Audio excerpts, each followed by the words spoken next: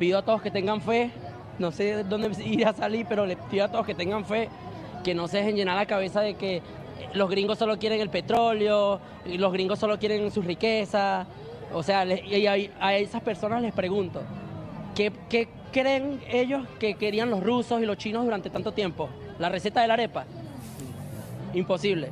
2026년 1월 3일 전 세계는 베네수엘라 카라카스에서 벌어진 군사 작전의 경악을 금치 못했습니다. 압도적인 질적 우위가 현대전에서 수적 우위를 얼마나 철저하게 무력화시킬 수 있는지를 보여준 기념비적인 사례였는데요. 니콜라스 마두로 베네수엘라 대통령이 자국 내 가장 안전하다고 믿었던 요새에서 미군 특수부대에 의해 단 3시간 15분 만에 생포된 이 사건은 단순히 한 독재자의 몰락을 넘어 지난 수십 년간 공들여 쌓아올린 군사 및 외교 패권의 허상을 적나라하게 드러냈습니다. 특히 위 사건을 통해 중국의 경제적, 외교적 위기, 동구권 무기의 몰락, 여기에 단군 이래 최대의 기회를 맞이한 대한민국 방위산업의 미래까지 함께 얽혀있는 반전이 있다고 하는데 오늘 빠르게 한번 살펴보죠. 렛츠 기릿. 미국의 이번 베네수엘라 작전 개요를 한 문장으로 요약하자면 첨단 무기가 만들어낸 초격차의 승리라고 할 수 있습니다. 3개월 전 중국 공영방송에서는 자국의 KH-31 대한미사일을 탑재한 수호이 30 전투기가 미군 항공모함을 격침시키는 애니메이션을 방영하며 군사적 자신감을 드러냈습니다. 그러나 현실은 냉혹했는데 베네수엘라가 보유한 중국제 레이더와 러시아제 방공망은 미군의 스텔스 및 전자전 자산 앞에서 아무것도 하지 못한 채 무력화되었고 작전명 절대적 결의는 압도적인 질적 퀄리티로 순식간에 작전을 성공시켰습니다. D-7일 미 사이버 사령부는 베네수엘라군 내부망에 쿠데타 모의설 등 가짜 첩보를 정교하게 흘려 마두로의 편집증적인 불안감을 자극했습니다. 공포에 질린 마두로를 자신이 가장 안전하다고 믿는 요새 푸에르테티우나 군사기지 내 관저로 이동하게 만들었는데요. 이에 NSA는 이동 중 발생하는 경호 차량에 미세한 통신 신호 패턴을 포착해 그의 위치를 500m 이내로 좁히는 데 성공했습니다. D-Day 당일 4시간 전 이미 미 정찰 위성 키올이 마두로 관저를 응시하고 있었는데요. 위성 사진 판독 결과 평소보다 대폭 강화된 경호 병력이 식별되었고 열화상 카메라는 건물 내부에 다수의 인원이 밀집해 있음을 확인했습니다. 타겟이 그곳에 있다는 강력한 정황 증거였죠. 1시간 전 고도 18km 상공에는 RQ-180 스텔스 드론이 떠 있었습니다. 드론은 관저 창문에 레이저 청금 감지기를 조준했고 실내에서 마두로가 측근에게 고성을 지르는 음성 파형을 포착했는데요. NSA 분석팀은 이 음성을 기존 연설 데이터와 대조하여 일치율 99.8%라는 결과를 얻어냈습니다. 30분 전 확실한 마침표를 찍은 것은 내부 조력자였습니다. CIA에 포섭된 내부자가 사전에 약속된 신호, 즉 특정 위치에 커튼을 걷거나 스마트 조명 색상을 변경하는 행위를 보냄으로써 마두로가 현재 침실에 있음을 100% 확정지었습니다. 10분 전 펜타곤과 백악관 상황실은 타겟 위치 변동이 없고 민간인 피해 가능성 없음이라는 최종 판단해 작전 개시를 승인했습니다. 그렇게 새벽 1시 50분 미 사이버 사령부는 카라카스 지역의 군사 통신망과 전력 그리드를 해킹하여 지휘부의 통신을 두절시키고 감시 카메라를 무력화했고 이어 02시 정각 카리브해 상공의 그라울러 전자전기가 강력한 전파 방해 신호를 송출했습니다. 베네수엘라가 자랑하던 S-300 및 중국제 레이더 기지들의 스크린은 순식간에 노이즈로 뒤덮이며 먹통이 되었죠. 동시에 B-1B 랜서 폭격기가 사거리 밖에서 잤음 ER 순항 미사일을 발사해 레이더 기지만을 정밀 타격했습니다. 미군 침투 항공기의 안전 항로는 이렇게 확보되었습니다. 카라카스 상공은 이미 F-22 랩터 편대가 장악했는데요. 베네수엘라 공군은 이륙조차 시도하지 못했습니다. 02시 12분 F-35C 라이트닝2가 투하한 흑연탄과 정밀 사이버 공격으로 주요 변전소가 마비되면서 도시는 완전한 암흑에 잠겼고 야간 투시 장비가 부족한 베네수엘라군은 시각 정보를 완전히 상실했습니다. 이 어둠을 틈타 MH-47G 치누크와 저소음 스텔스 개량형 MH-60M 블랙호크 헬기가 초저고도 비행으로 레이더 사각지대를 뚫고 푸에르테티우나 기지 관저 앞마당에 본격적으로 미국 정예 특수부대 델타포스 팀을 하차시켰죠. 02시 20분 델타포스 요원들은 사한 야간 투시경을 통해 칠흑 같은 어둠 속을 대나처럼 보며 진입했습니다. 반면 베네수엘라 근위대는 아군 식별조차 못하는 공황 상태에 빠졌죠. 소음기가 장착된 HK-416 소총은 저항하는 병력만을 신속하고 정확하게 제압했습니다. 외부에서 접근하려던 베네수엘라군 장갑차는 관저 상공을 선회하던 AC-130CA 건쉽의 30mm 기관포와 105mm 곡사포 공격의 접근이 차단되었습니다. 02시 4시 28분 마두로는 잠옷 차림으로 저항 의지를 상실한 채 침실에서 체포되었는데요. 02시 35분 체포조와 VIP를 태운 헬기는 AH-64E 아파치의 엄호를 받으며 이륙했고 02시 50분 베네수엘라 영공을 벗어나 공해상으로 진입했습니다. F-35와 F-22 편대가 뒤를 지키며 추격 의지를 원천 봉쇄했습니다. 새벽 4시경 카리브해에 대기 중이던 강습 상륙함 USS 이오지마함에 도착하며 작전은 성공적으로 종료되었습니다. 이렇게 마두로의 체포가 퍼펙트하게 이루어진 사이 가장 깊은 공포를 느낀 곳은 지구 반대편의 베이징이었습니다. 특히 작전 당일인 1월 2일 시진핑의 최측근이자 특사였던 추샤오치 중남미 특별대표는 마두로를 만나 중국과 베네수엘라의 전략적 관계를 재확인하고 다극화된 세계와 평화를 외치며 굳건한 지지를 약속했습니다. 마두로 역시 텔레그램을 통해 중국만 믿는다며 자신감을 보였습니다. 그러나 믿을 걸 믿었어야지. 그 뒤 2시간 후 미군 특수부대는 마두로를 전격 체포했습니다. 중국 사절단이 우리가 뒤에 있다고 호언장담한 직후 그 정권의 수장이 눈앞에서 사라진 것으로 중국의 체면을 완전히 구긴 사건이자 중국의 보장이 휴지 조각에 불과함을 전 세계에 생중계한 꼴이 되었습니다. 더욱 충격적인 것은 베네수엘라에는 사절단 경호 병력과 중국 무기를 교육하는 군인들이 상주하고 있었지만 미군의 저항 한번 해보지 못하고 무력하게 고립되고 있었다는 소식도 전해졌는데요. 이로 인해 이번 작전은 시진핑 주석과 중국 공산당 지도부에게 단순한 남의 나라 이야기가 아닌 실존적 공포로 다가올 수밖에 없는데 시진핑은 유사시 베이징 서산 지하 지휘소로 피신하는 훈련을 하지만 미군은 적진 깊숙이 침투해 지도자만 생포해오는 능력을 증명했습니다. 또한 마두로의 위치를 최종 확인해준 것은 내부 스파이였습니다. 군부 부패 척결을 명분으로 로켓군 사령관 등을 숙청해온 시진핑으로서는 내 옆에 장군도 CIA 프락치일 수 있다는 의심이 확신으로 바뀌며 군 지휘부에 대한 불신과 숙청의 악순환을 가속화할 것입니다. 중국의 경제적 손실은 덤입니다. 베네수엘라는 중국의 대외 원조 대상국 중 러시아 다음으로 큰 비중을 차지하는 나라로 에이드 다타에 따르면 중국은 2023년 이전에 이미 1,100억 달러가 넘는 자금을 베네수엘라에 쏟아부었습니다. 이로 인해 베네수엘라 원유 수출량의 80%인 하루 약 74만 6천 배럴이 중국으로 향했는데요. 미국은 마두로 체포를 통해 중국으로 가는 에너지 목줄을 확실하게 조였고 중국이 투자한 1,100억 달러는 회수 불가능한 매몰 비용이 될 위기에 처했습니다. 여기에 중국 인민해방군이 자랑하는 함정수와 미사일 물량 공세도 지휘 통제 시스템이 마비되면 오합지졸에 불과하다는 것이 증명되어 버렸는데 미사일 버튼 자체가 먹통이 되는 상황을 목격해버리니 골아픈 상황인 것이죠. 베네수엘라가 운용하던 중국제 JYL-1 대공 레이더는 미군의 접근을 전혀 탐지하지 못해 고철 덩어리라는 것이 증명되었습니다. 이는 최근 10개월간 발생한 중국 무기의 연이은 실패와 괴를 같이 하는데요. 2025년 초 미얀마 군정은 기체 균열과 레이더 정확도 문제로 중국산 JF-17 전투기 전량을 그라운딩 시켰습니다. 5월에는 캄보디아군이 사용한 중국산 소총이 잦은 탄걸림 현상을 일으켰고 연말에는 파키스탄 해군의 중국산 호위함이 미사일 센서 결함으로 작전 불능 상태에 빠졌고 태국이 운용 중인 VT-4 전차두대가 사격 중 포신이 셀프로 박살나는 상황도 벌어졌습니다. 중국제 무기의 원조인 러시아 무기 역시 우크라이나 전장에서 처참하게 파괴되며 스승과 제자의 무기가 모두 신뢰를 잃은 상태로 동구권 무기를 운용해온 제3세계 국가들은 미국 무기를 사자니 성능은 좋은데 너무 비싸고 구매 조건이 까다로우며 반면 싸다고 샀던 중국제 무기는 결정적인 순간에 먹통이 되니 심각한 안보 딜레마에 빠지게 된 상황이죠. 이런 상황 가운데 유일한 대안으로 대한민국 방위산업이 급부상하고 있습니다. K방산이 세계 시장을 석권할 수밖에 없는 이유는 명확한데요. 우선 타의 추종을 불허하는 압도적인 가성비와 검증된 성능입니다. 한국 무기는 서방 표준과 완벽히 호환되는데 성능은 미국, 독일의 95% 수준이면서 가격은 60% 정도에 불과합니다. 특히 미얀마와 파키스탄에서 중국제 JF-17이 퇴출당한 자리를 메울 수 있는 유일한 기종은 한국의 FA-50뿐인데 F-16급 성능을 원하지만 예산이 부족한 국가들에게 FA-50은 선택이 아닌 필수이고 첨단 스텔스 성능을 발휘할 수 있는 다목적 전투기를 원하는 국가들에게 KF-21은 최고의 매력적인 대안이 되고 있는 것이죠. 중국은 1대1로를 통해 무기를 파는 대신 항구를 뺏어가려 하고 미국은 기술 유출을 우려해 나사 하나도 못 건드리게 하지만 한국은 다릅니다. 한국은 단순히 무기를 파는 것이 아니라 그 나라와 신뢰를 구축하길 원합니다. 현지 생산 공장을 지어주거나 정비 기술을 적극적으로 전수해주면서 자주 국방을 꿈꾸는 제3세계 국가들에게 최고의 안보 파트너가 되어주는 것이죠. 특히 납기 속도는 경이로울 지경인데 우크라이나 전쟁 이후 서방 방산업체들은 주문이 밀려 물건을 받으려면 5년을 기다려야 하는 반면 한국은 계약 후 후 3개월 만에 탱크와 자주포, 심지어 전투기까지 배달해주는 미친 생산 능력을 보여줬습니다. 당장 안보 위협을 느끼는 국가들에게 즉시 전력감은 한국산뿐인 것이죠. 베네수엘라 사태는 단순히 마두로 개인의 몰락이 아닙니다. 그것은 질이 양을 압도한다는 현대전의 진리를 재확인시켜준 사건이자 중국이라는 군사 외교적 거품이 꺼지는 신호탄이었습니다. 미군의 전투기와 델타포스가 보여준 보이지 않는 힘과 대조적으로 중국의 거대한 자본과 물량 공세는 허무하게 무너졌는데요. 오합지졸 13억보다 전개부대 5천만이 압도하는 시대인 것이죠. 이제 세계의 눈은 중국을 떠나 한국을 향하고 있습니다. 중국과 러시아 무기의 신뢰도가 바닥을 친 지금 K방사는 반사 이익을 넘어 글로벌 방산 시장의 지배자로 도약할 단군 이래 최대의 기회를 맞이했습니다. 보고 있나 시진핑? 오늘의 한 줄 평, 다음은 너다. 이생으로 리얼리즘이었습니다. 여러분의 생각은 어떠신가요? 현명하고 지혜로운 여러분의 의견을 지금 댓글에 남겨주세요.